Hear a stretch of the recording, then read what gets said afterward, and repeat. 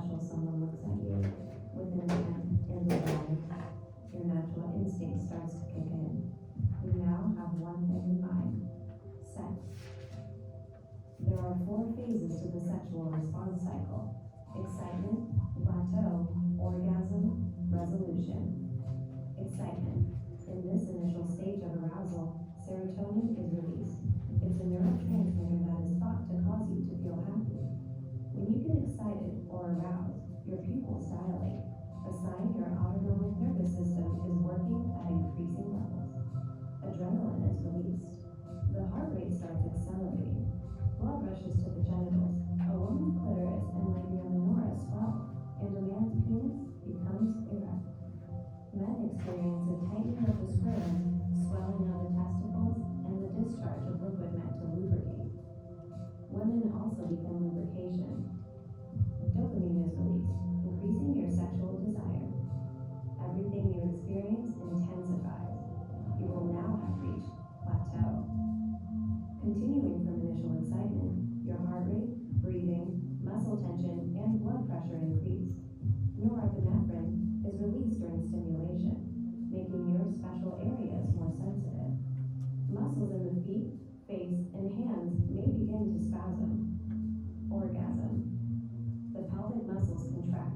A woman's uterus and the base of a man's penis experience rhythmic contraction. The heavy amount of nerve and muscle tension that was built up releases everything involuntarily at once, in the form of intense pleasurable waves. Males ejaculate their semen. Females can experience ejaculation as well. Your oxytocin level, or the love hormone, peaks at orgasm. It's what researchers argue possibly builds trust and closeness between partners. Resolution. Sexual arousal usually decreases. The contraction and spawning subside.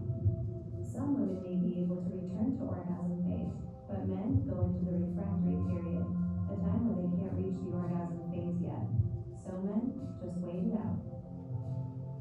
And do it again, and again, and again, and again, and again, and again.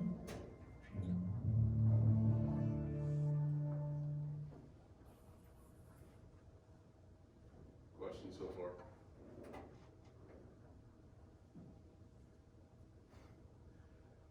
All right, well, thanks for waiting. So what you just heard described there is what we call the sexual response cycle.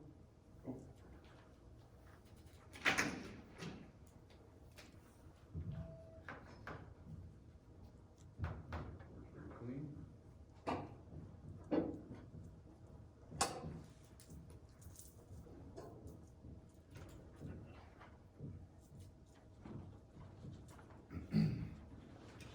Called the sexual response cycle. And what we're looking at here is this chart of sexual arousal.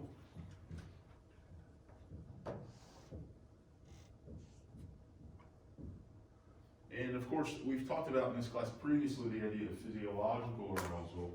And when we were talking about biology, we got this sense of how sexual arousal and physiological arousal are different, and it sometimes can be cross purposes, right? We talked about how generally, in order to be sexually aroused, you need to be physiologically de-aroused, right? If you're worked up, that is to say, if you're running a race or you're scared of something, it's going to be difficult generally to get sexually aroused, right? These things almost go in opposing or opposite directions. So here we have a chart of sexual arousal, and we have them different for men and for women. We will start with the men up top just because they're less complicated. So you can just see here, and you heard that described in the video, you got this first phase, use a mouse, you got this first phase of excitement. And this generally is when sexual arousal is coming on. That is to say, when the person is getting aroused. You heard that first part of the video. And then you move into this plateau phase. This plateau phase, as I like to say, is just kind of when the business is happening, right? Just kind of in the midst of things. This is gonna be the phase that's probably most likely to vary in terms of amount of time, in terms of length, right? So we have no time here, but you know, the arousal is usually gonna take as long as it takes for that person, given situation, and then this is the piece that can probably vary depending on how aroused you are, depending on the last time you had any type of sexual contact. These type of things are gonna extend or shorten this plateau phase, this moment when you're kind of at as aroused as you're gonna be in the midst of things. Then of course, moving into this climax or this orgasm phase, where you have this spike in sexual arousal. And then for guys, we've got this quick drop off into what's called the resolution. Women have resolution too, but what they don't have is this part of the resolution that we call the refractory period. And here's a period where a man is gonna have either a hard time being aroused again, or they're gonna have a hard time at least having an orgasm again. Now, this refractory period has a wide variance based on broadly how old you are, how healthy you are, these types of things, but mostly age. At your age, this refractory period may be a matter of seconds. It may be so small of a window that you don't even notice that there's a refractory period at all. But as you get older, you will see that refractory period will likely extend. And for some young folks, they have an extended refractory period anyway. That's normal. There is, you see this kind of dotted line here, where they're sort of indicating the possibility of not completely heading into that resolution, but instead having more of a multi-orgasmic experience. But this is uncommon. I won't say it's theoretical, I won't say it doesn't happen, but it's uncommon, right? And these will be things that you see, like books where you'll see folks talking about the Kama Sutra or these different types of techniques that can allow for men to have multi-orgasms. This is because generally it's not pretty common. Questions?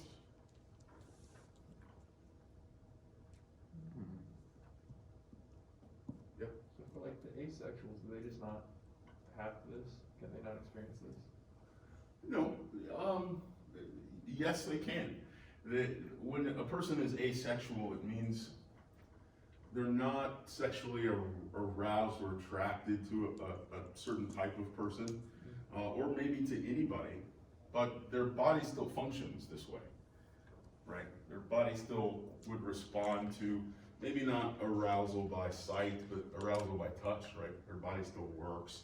And so this would still be relevant to them, maybe just less common. Good question. So if we look at this chart for women, it's a bit more complicated. You can see if you track the red line that it pretty much is the same as that red line is for men, as that response cycle is for men. But if we look at these other color lines, if we look at, for instance, this purple line here, what you can see here is that there isn't really much of a plateau phase in this type of sexual response cycle. That is to say, there's really just kind of this extended excitement phase, right? Where each of these excitement phases has a bit of a peak for itself, and then rising again, and then rising again, and then ultimately into orgasm or climax.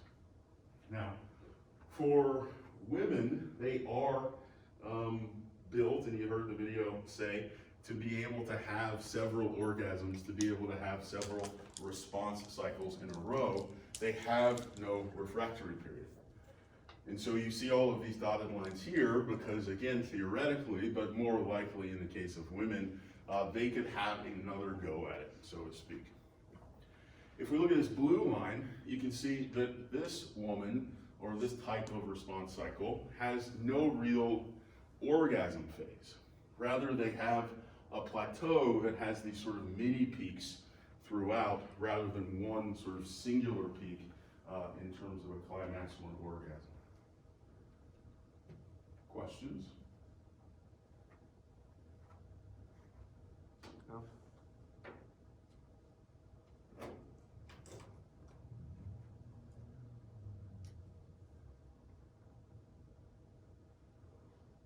So what we'll do is look at some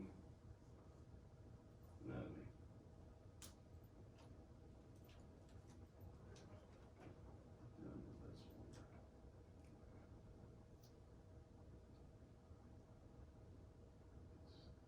Let's be full screen.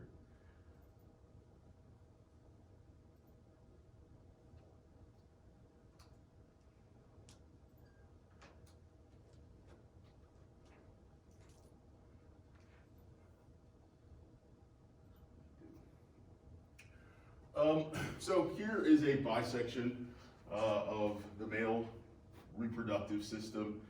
This is a man facing this way from the waist down, sliced in half, looks unpleasant.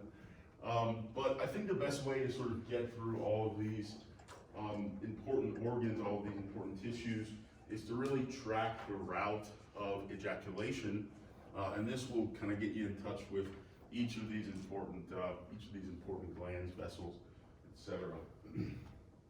So, sperm in particular, when I say sperm, I do mean sperm literally, the kind of tadpole thing you've seen before in a picture, I'm sure. Sperm are stored and, made in the testes. The testes are also producing testosterone to a large degree. That's usually being signaled from the pituitary gland in the brain, which we've talked about. But here is the gland. Here's the endocrine gland, the testes that is, that's actually producing most of the testosterone for a man, in a man's body at least. From the scrotum, the sperm gets stored in this little sac, you might call it, that sits on top of the scrotum. We call that the epididymis. If you've got a pair of testicles, or if you've got a pair that you can borrow, and you feel the testicle inside of the scrotum, there will be this sort of squishy piece on the top of it, and this is the epididymis. Again, the sperm, mature sperm, are just stored here. They aren't being made there. That's just where they go when they're done being made. When it's time for ejaculation, or we're getting close to that point, the sperm will travel up this little tube here called the vas deferens. Where have you heard that prefix before, vas, with relation to anything that might be related to what we're looking at? A vasectomy. And what's a vasectomy? Makes it to where men can't have children. Very good. So it sort of sterilizes them for, they're not quite sterile, but they are shooting blanks, for lack of a better term. And what happens is they cut this vas deferens right here. So it's a pretty simple operation. You can find videos of it on YouTube. I will spare you in class today. But basically they just cut into the scrotum, which is just skin, and they pull out, you'll see them pull out this vas deferens, they snip it, and then they will cauterize it, which is to say burn it so it kind of seals both ends. Just stuff it back in there, sew you up, go home, sit on a bag of ice, and you're all good after a couple days usually. What happens here, of course, is this stops any sperm that were being made and stored from entering into the rest of this network, thereby preventing them from being ejaculated, thereby making it such that usually, and it does happen that sometimes the vasectomy will reverse itself. It does happen that sometimes the vasectomy won't take. It does happen that sometimes there are still sperm stored in these other areas, and the guy goes home, he's really excited, and come to find out, right, he's still got some sperm in his prostate or something like that, and those are just gonna be enough to maybe get somebody pregnant. But generally, you know, it's a really, really effective form of birth control if you're at a stage in your life where you feel like, hey, no more children. And vasectomies are, for the most part, usually reversible, right? So they can take those cauterized areas, cut off that burnt end again, and then just sew that vas deferens back together. It doesn't take immediately. I was actually talking to, maybe TMI, I was actually talking to a buddy of mine the other day. He's in his 30s, and he was telling me that his father was married previous to being married with his mother, had a vasectomy. When he married his mother, she wanted kids, and so she wanted him to get it reversed if they were gonna get married. They did, and my buddy was born. So you can reverse these things, it does take, but he said it actually took about a year or so, maybe several months, but it was quite a while before things were back to normal. Questions? So as things move up through the vas deferens, you can see they pass over the bladder, but we'll talk about that here in a bit. And then they enter into the seminal vesicles, is what we call these. And here is where we're beginning to add to sort of what's going to be ejaculated, the actual semen. So this is different than the sperm, right? Again, that's why I'm stressing that in the testes, you're really just getting the sperm, just the sperm. But it has to go up in through the body before it gets any part of the semen, and the first piece of that is going to come out of the seminal vesicles. As it sounds, they're just kind of producing this fluid that's going to bathe the sperm in really sort of a revitalizing energy juice for them to wake up, right? They've just been hanging out in the vas deferens, who's been hanging out in the epididymis all this time, and so they're usually pretty sluggish. So one of the things that the semen is for is to just wake up the sperm, give them something to kind of make something sort of nutritious for them so that they can get the job done. The next place that you're going to see the sperm move into is the prostate, or the prostate gland. And what's happening here is just another piece of that concoction. It's just another piece of that mix of what's going to become semen. One of the other things that the semen is doing is that the vagina, the actual vaginal cavity, when we talk about this here in a second, is acidic. There's sort of this weird warfare that happens with regard to sex. The woman's body treats the man's body and anything that the man puts in her body as a foreign object, and has mechanisms to try to destroy anything that comes into her body. Humans aren't the only people that do this. Ducks in particular have this really weird, anybody ever heard about duck penises? No. Duck penises are a corkscrew. They have this shape. This is not random, it's because duck vaginas have this shape. The reason duck vaginas have this shape was to prevent the penis from finding its way inside, and so the penis had to create a shape that would match that shape in order to be able to get inside of the vagina. Yep. I was gonna say, it's also because males compete, so it drags out other male sperm so they can inseminate. That's a human penis. No, for ducks. The reason that the This other reason- corkscrew shape? Yeah. That is also true of human penises, not the horseshoe shape, but basically the bell end is kind of a shovel, pulls things back out. But yeah, that makes sense as well. Ducks also have really aggressive mating rituals. Male ducks basically rape female ducks.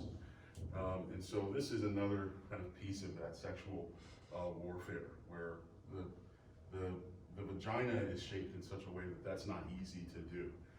And so the male penis, or the duck's penis, evolved to make that possible.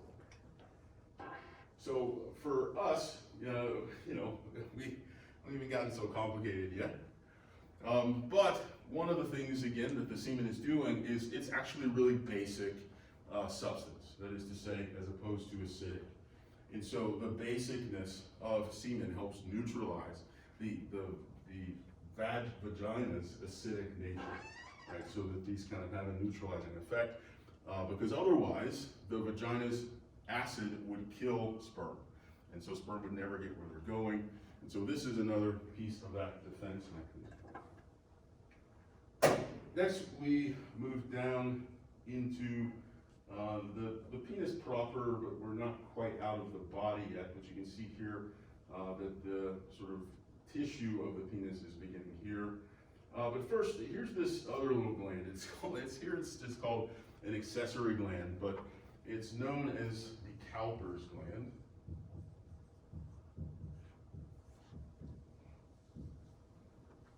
It's known as the Cowper's gland. And this is a gland that produces pre-seminal fluid, colloquially known as pre-cum.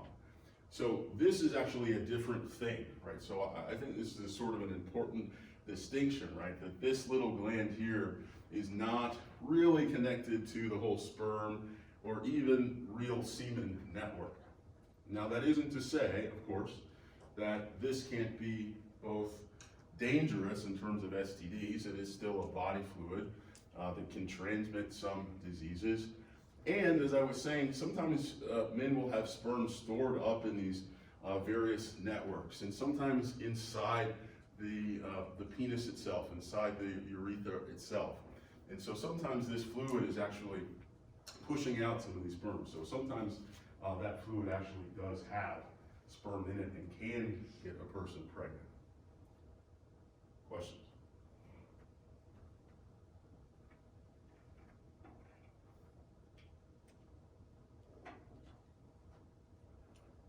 So once we move into the penis, we have the urethra, and then of course, that's just gonna be the way out. What I wanna take a look at now are these erectile tissues, which they also don't really label. But we're gonna need to look at it from a different direction to really understand how it works. So these glands look something like this.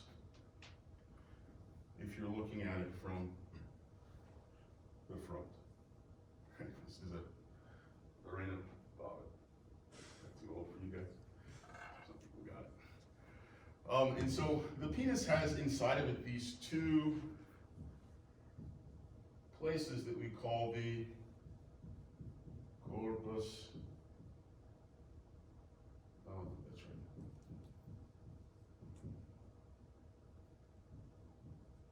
right. Check my spelling. That's some bad Latin. But it's called the corpus spongiosa.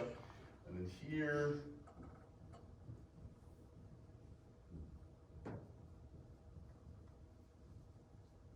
and check the spelling, the corpus cavernosa. So both of these, we'll call this spongiosa versus the cavernosa. In this area here, this is basically just like a sponge. That is to say, this is the part of the penis that fills with blood in order to create an erection. They're basically these two inner tubes inside the penis. If you have a penis or one you can borrow, when it is erect, you will notice that there are these sort of two mounds inside of it. And then at the bottom here, there's this other one that's really made of the same tissue as these two on the top, but it doesn't fill with blood. The point of this tissue is to protect the urethra, which sits inside, right? When the penis is erect, right, it's sort of filled with volume, and what we don't want is for that to clamp the urethra shut, right? That's gonna prevent, well, ejaculation, which is the whole point of this, from taking place. And so this is just kind of a spongy barrier. Question?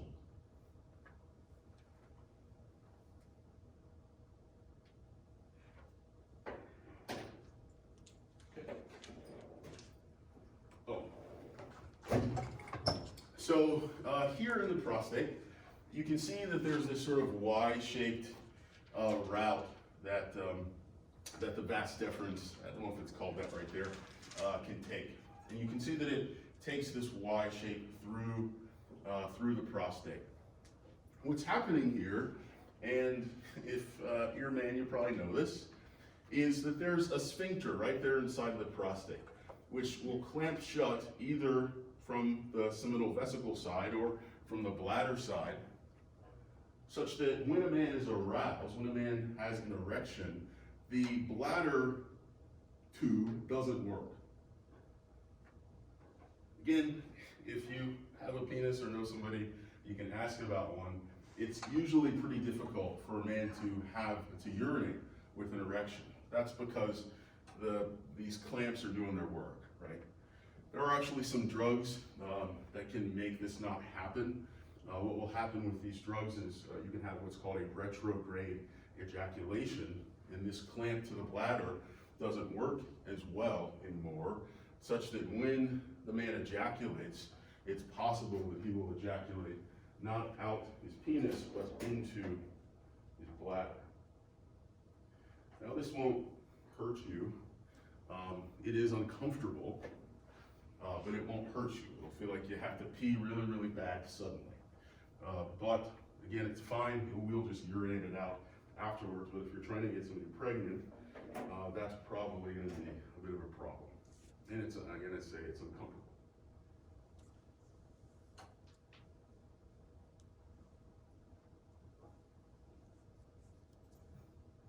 All right. So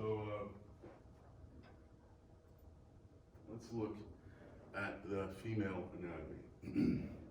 So again, we're looking at a woman facing this way, sliced in half or bisected. And I'll show you some of these things. I'll probably just have to draw them from a different direction. But what we see here, and there's not really a clear route to take here, so we're just going to kind of bounce around from top to bottom. We'll start up here with fallopian tube, and this is, you've probably seen this more often from a front view.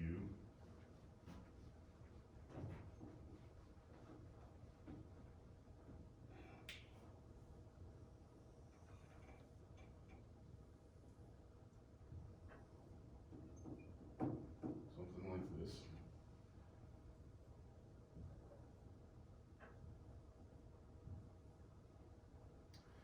It's not great, but I always thought this looks like a longhorn. Texas fan. All right. So that's the fallopian tubes right here. Here we have the ovaries, and here have the uterus. So in the ovaries, this is where the ova are produced, and these are the female equivalent, of course, of the sperm. That is to say, sort of a germ cell. That is to say, a cell that can become a person, that can join with another cell and become a person. And so the ova are produced here in the ovaries. What's interesting about the ova and the ovaries, as opposed to how the testicles and the testes work, is that a woman is born with all of the ova, all of the follicles, at least for the ova, that she will ever have. She does not produce them over the course of her life. She's just born with as many as she will ever have. Now, there are way too many. Like, she would never run out. She will reach menopause before she runs out of ova. But it is still interesting, as opposed to men who are constantly producing them, that women sort of just have them stored and ready to release when it's time. Now, these things do kind of germinate. They do get bigger and develop from, this doesn't make any sense, they're microscopic, but it goes from something that's relatively small to something that's bigger before they get released, and this happens month to month. Another interesting thing is they tend to switch. So 1 month, the next month, 1 month, the next month.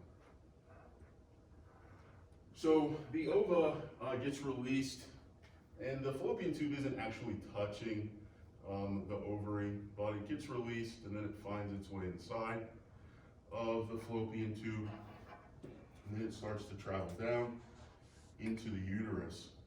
Now, this actually takes several days.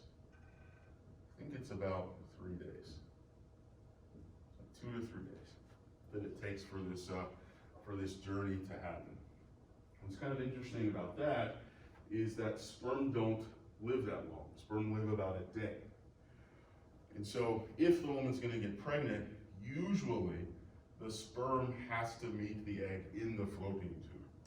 That is to say, when they actually join, they're not meeting in the uterus, they're meeting in the fallopian tube. Now, it is important that the ova moves into the uterus. Any nursing students? No?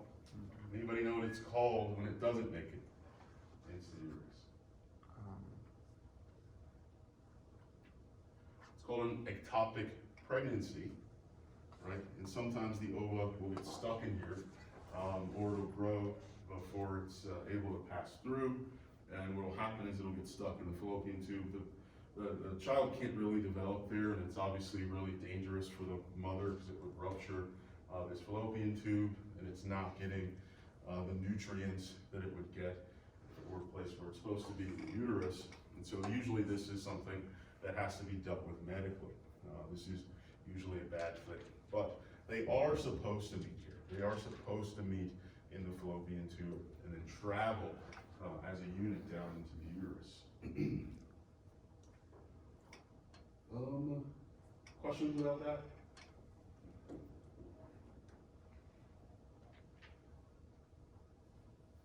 So here you can just see the uterus. It looks, just kind of way different. That's why I wanted to draw it from the front. But you can see that it actually sits right on top of the bladder as well. So you can imagine that a woman is pregnant and this uterus is really swollen. That this is often why you hear, in addition to she's peeing for two, so to speak.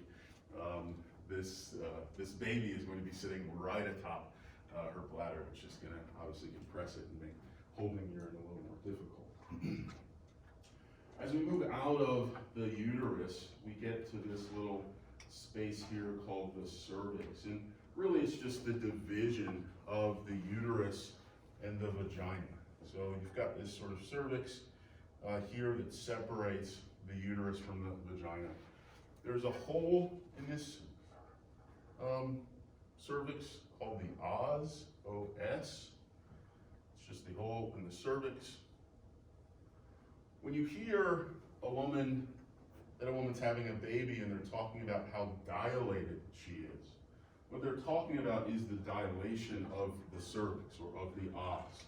So they're not looking at the vagina to see how, if the vagina is dilating, they're looking inside the vagina to see this os, right? To see that it is opening up to make room for the baby to pass through. The job of the cervix is to protect the woman's, internal organs, in particular her uterus, from any type of foreign bodies, any type of bacteria. Often there's a kind of a film of mucus that sits right inside of the cervix as another kind of stoppage to any kind of invasion into the uterus. Questions? So then we move down into the vagina proper. I would have them point at, because people are confused generally. So this is the vagina in particular, right? It is this sort of pathway from the vulva, which is the real external organs, or the labia here, into the actual vagina, which is the pathway between the opening and the opening of the cervix. So one interesting about women's arousal is you hear that women lubricate or get wet, is what the kids are saying, when she's aroused. And I don't know if I'm just telling you, to teach you. So what's happening to a woman here is pretty similar actually to what's happening to a man. Blood is rushing to her genitals. The difference is that when it gets to the vaginal walls, it filters out the red blood cells. So vaginal lubrication is actually blood plasma. It's actually blood plasma that is coming to the vaginal walls, but those red blood cells, we need those. That's what's carrying the oxygen. The rest is just basically liquid. And so that gets filtered out, and what passes through into the vagina is actually blood plasma. Here, of course, as I mentioned, is the bladder. And as you can see, different from a man, of course, is that she has a separate opening, a separate urethra for urination than she does for her sexual reproduction. Trying to see if I've missed anything.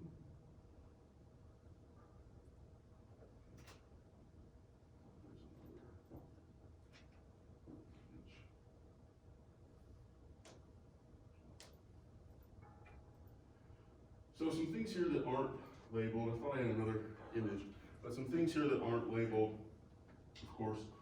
Here's the clitoris, which sits right here at the front of the vulva. And we call the vulva sort of the whole outside external genitalia is what we're calling the vulva, which is going to include, of course, this piece here, which we call the labia majora. Basically just means large lips. And then here we have the labia minora. So these two sets of labia that are on the outside or make up the vulva, leading into vagina. Of course, that's also going to contain the clitoris and the urethra here, all inside the vulva. So in addition to what I was saying about vaginal lubrication, of course, the woman's, you can't see what I'm touching on the screen, the woman's clitoris can also become erect when she's aroused. So that's another piece of how women's arousal is demonstrated. One reason this happens, I don't know if it's a reason, but one connection that we understand in terms of this happening is understanding how babies are changed into male or female, that is to say how they're sexed, male or sexed female in the womb. What you'll see,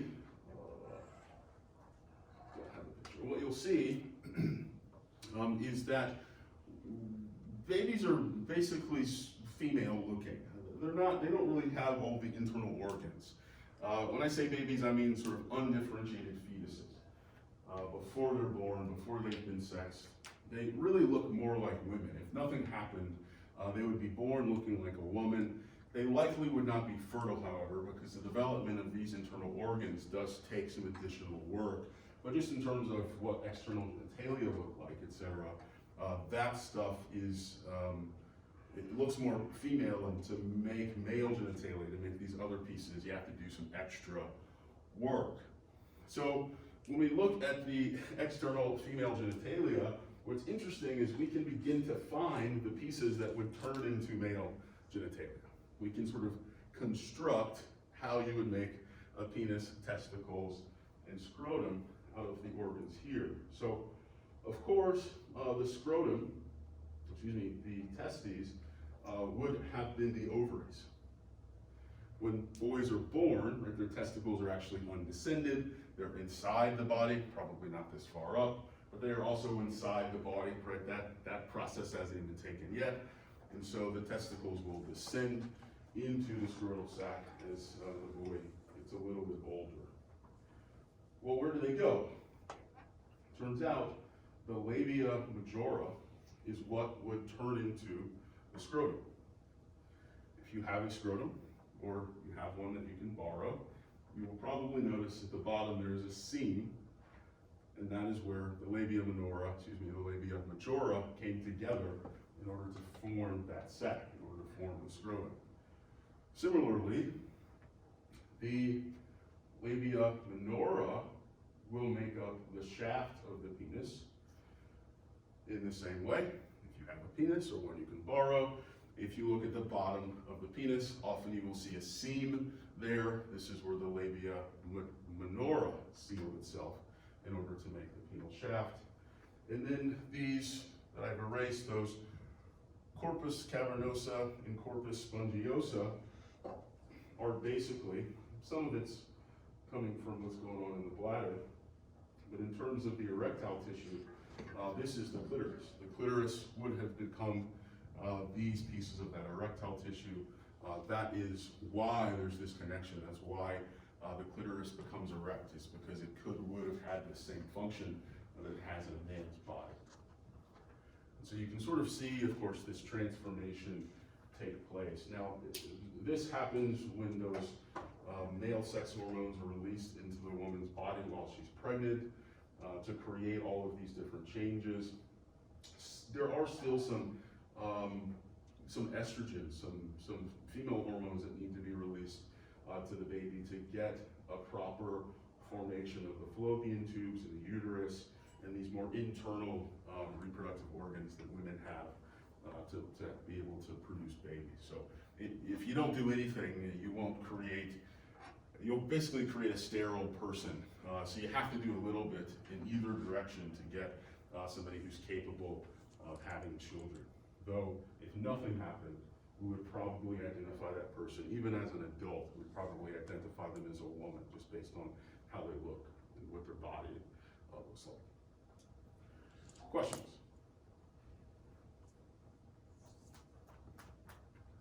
This is always very quiet lecture.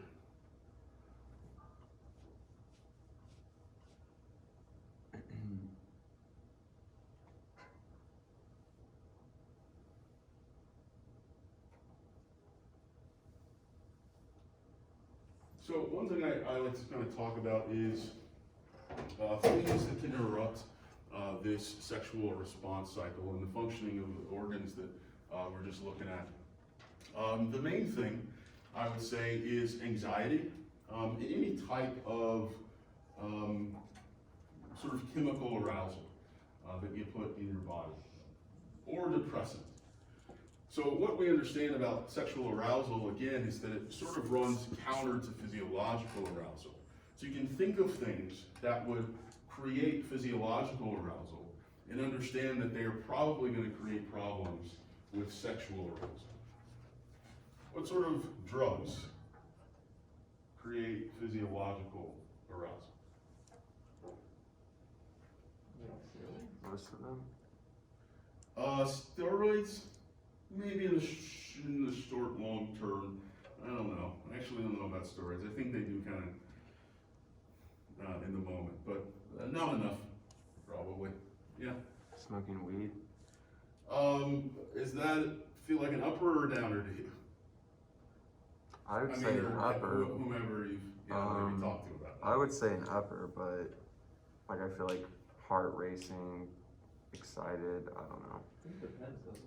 It does depend, and weed's a weird one. You picked a weird drug.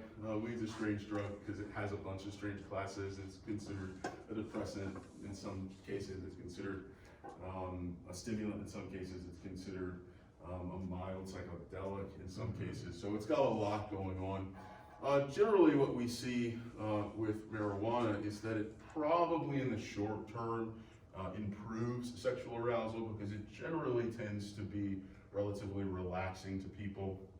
But you're right, it can have these effects of increasing heart rate, it can have these effects of making somebody anxious or paranoid, right? And all of those things are gonna run counter to sexual arousal. So you picked a complicated one. Who knows, good luck, we'll see how it works for you.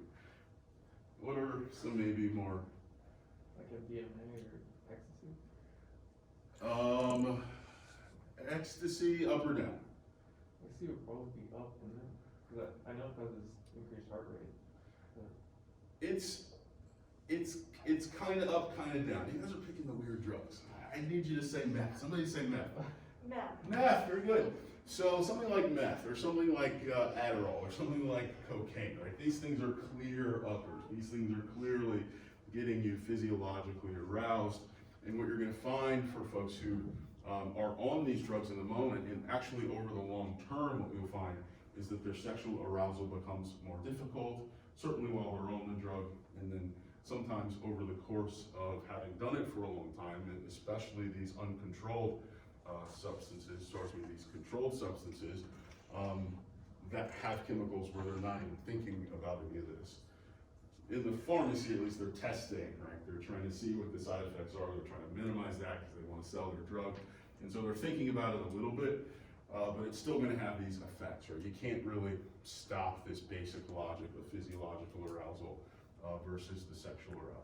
So would like a lot of caffeine make it hard to be sexually aroused? Yeah, I think so. I mean, it depends on how it hits your body in particular, but yeah, if it gets you really, really stimulated in that way, then yeah, that's going to cause a problem.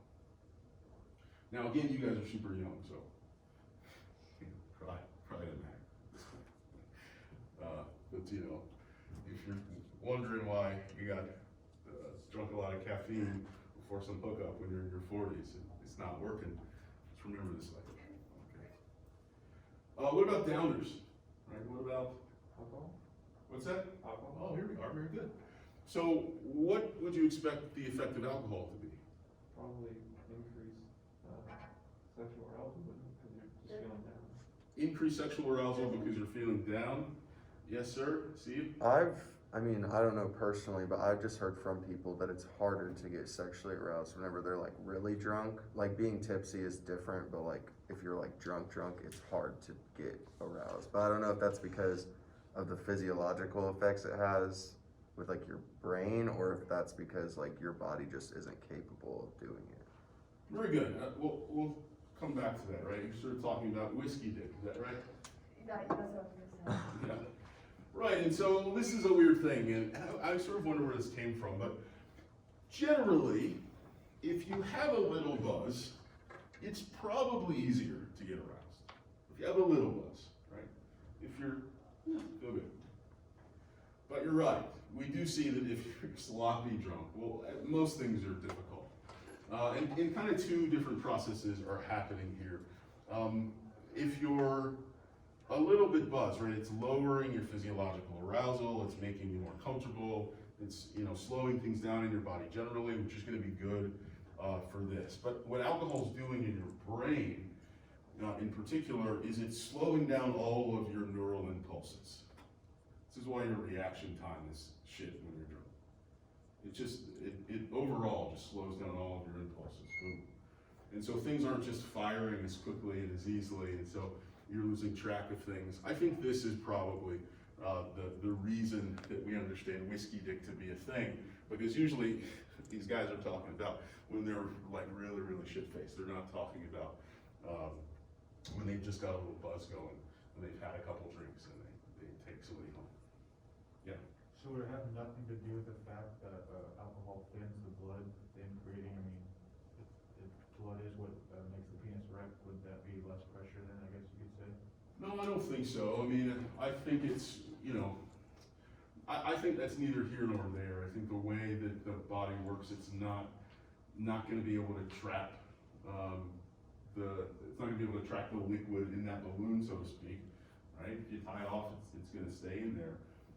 The real issue, in terms of, at least for the uppers, one of the things that's happening is that your blood actually needs to flow slow for an erection to occur, because the problem isn't usually getting blood into the penis, it's getting it to stay in the penis. And so if it's moving fast, it's in and out of there before it can get trapped. But if you've got a slower blood pressure, right, it sort of has the time to fill up. I don't know anything about that thinning blood as I'm thinking about it. That'd be a good thought paper, by the way. If you find out something, that'd be cool to know. So what about orgasms for alcohol?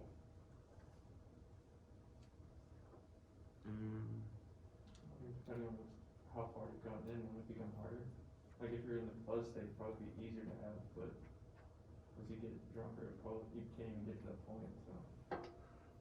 Overall, it's gonna be harder, gonna be more difficult, right? Because remember, sexual arousal, you need to be relaxed.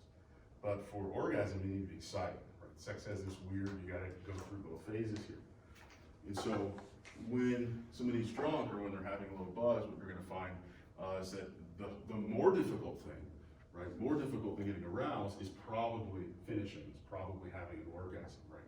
Because your body's in this really relaxed state, and even with sex, and not to say that it can't happen, but even with sex, right, it's gonna be more difficult to kind of get yourself to that place.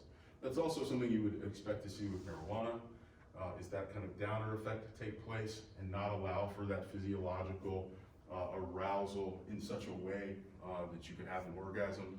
Generally, if you're having a physiological arousal moment with marijuana, you're having a panic attack or you're anxious about something, right, and that's gonna kill the whole thing.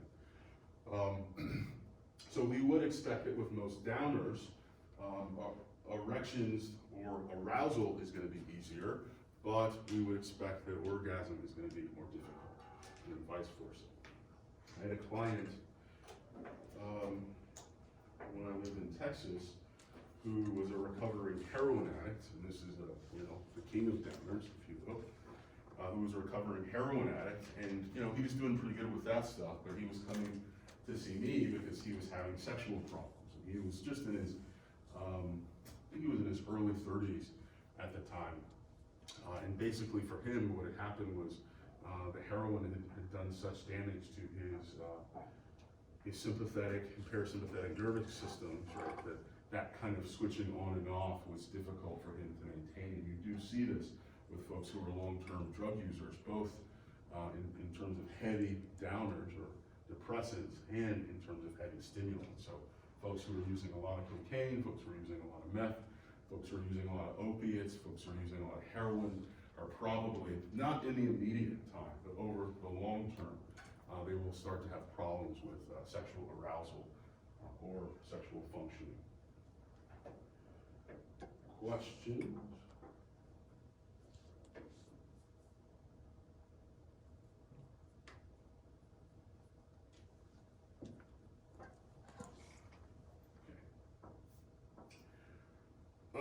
Just to wrap up these last couple minutes, we can talk about something that we call paraphilias.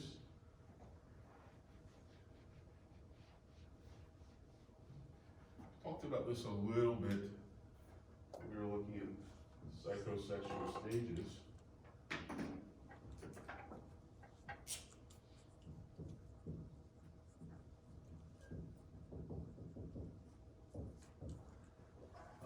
Paraphilia, to the side of love or of loving, are, for lack of a better term, kinks or fetishes. This is how we regard them in the scientific and in the clinical community. We call them paraphilias. Now, we've talked about fetishes, but fetishes are just one particular type of paraphilia. Does anybody remember what a fetish is, a true fetish? Yep. Isn't it like a sexual attraction to like something inanimate? Yep, and it doesn't have to be inanimate. I mean, squirrels are animate. But it's usually sexual attraction to some object that we usually don't consider sexually attractive, right? That's broadly what a fetish is. It can be inanimate, right? You can say, I'm really turned on by desks, I'm really turned on by speakers or something. That can happen, but yes, being sexually attracted, being turned on by something that usually isn't regarded as a sexual object. Again, we've talked about that documented only men can have fetishes, or documented only men have had fetishes, I guess is a better way to say that. Women seem to not get foreign objects locked into their sexual repertoire the way that men do. And we talked about through the psychosexual stages, how that's often connected to that latent stage and the types of things that men or boys at that age begin to sexualize. Some of the other things that you might think about here are sadism or masochism. Many of these things, by the way, are things that we consider to be disorders in some case, but not just in any case. So the way that we think about paraphilias as paraphilic disorders, there's a whole category in the DSM, which is what we use to diagnose things, called paraphilic disorders. The way we look at this is it's a problem if it's a problem, and it's not a problem if it's not a problem. So if you're a guy and you've got a foot fetish and you're married to a woman and she indulges that, or at least tolerates it, right? No big deal. That's, enjoy yourself. If you're in a relationship and, you like whipping each other and being whipped by each other, and you both enjoy that, no big deal, no disorder. We begin to consider it a disorder when it's causing problems in the person's life. For instance, in the case of fetishes, in some cases, it's just this extra thing. It's a true paraphilia, that is to say, to the side of loving, which just kind of means like an extra thing. It's this other thing that I also like. But in other cases, the fetish is so dominant that it's the only thing that can get that person aroused. And you can imagine if you're in a relationship and this person's not into that, or the thing that you're into isn't even related to people, well, that might cause problems. And here's when we begin to talk about a fetishistic disorder. Or you like being beaten and your wife doesn't like beating you, well, then we would call that a masochistic disorder. Because you're in this place, you're in this relationship where that is causing a problem. But if it's not a problem, we do not tend to regard them as disorders. The last thing I'll talk about is a little controversial, I think, but it is scientifically true, and this is the idea that there is something, it seems to be, called age orientation. That we can see that if we look at folks in terms of what they're sexually aroused to, we find a normal curve. Where here, I don't know, 18 and 55. But of course, we can see that in an almost predictable way, some segment of the population are going to be attracted to folks that are underage. Sometimes similar to this idea of fetishes exclusively, or sometimes in addition to. We also find and expect it that we're gonna find people, that's 55 plus, we're gonna find people who are attracted to exclusively or in part to folks that are older. We of course call these people pedophiles. In truth, there are really kind of two sections of pedophiles. Check my spelling. Ephebophiles, I think that's definitely wrong. But true pedophiles are, pedo of course does mean children, so we're looking at sort of proper children when we're naming a pedophile, at least clinically. There is another range, right, where being attracted to somebody 15 or 14 or 13 to 17, it's kind of a different age range, and to some degree, especially probably at many of your ages, that's relatively normal. These folks are kind of in your age group. But what we expect to happen, right, is as you get older, you start to become attracted to the group that you're in. That's kind of the normal sexual or attraction processes, right? When you're 6, you think other 6-year-olds are cute. When you're 15, you think other 15-year-olds are cute. But when you get to be 40, you get to be 20, right, you usually should stop looking in this direction. And you probably aren't looking up here too much until you're up here yourself, and you're 60, and other 60-year-olds are attracted to you. Now, some folks are into that all the time, but generally we expect that you're gonna kind of catch up with yourself. What we see with pedophiles and ephebophiles in particular is that as they get older, this does not happen. They do not come along with their own age, and they stay sort of locked into this attraction. We don't have really good evidence to know if this is just normal, or whether something is happening to these folks. This normal curve suggests that it is relatively normal. I'm not making it okay. I'm just explaining to you that it does seem to be something that occurs naturally. In fact, there are some sex labs where they will test for this, or have tested for this. I think it's kind of unethical at this point because we know what will happen. And they will show a person pictures, naked pictures, not like sexual necessarily, just naked pictures. They will hook you up to some device that measures your sexual arousal. For a man, it's basically a sensor that's a rubber band that is monitoring the expansion of your penis. For a woman, it's a little diode that goes inside your vagina that is testing for changes in moisture. And they just watch and see what folks respond to as we flash these new images of people at different ages. And again, we will notice that this curve develops. It's sort of strange. Of course, again, that doesn't make it right, but just something for you to understand that it does seem to be something that just varies in humans. All right, no questions. I can see as you're all packing up. So I will see you guys next week. I think we'll start talking about psychological disorders in next class. So I'll see you then. Have a good weekend.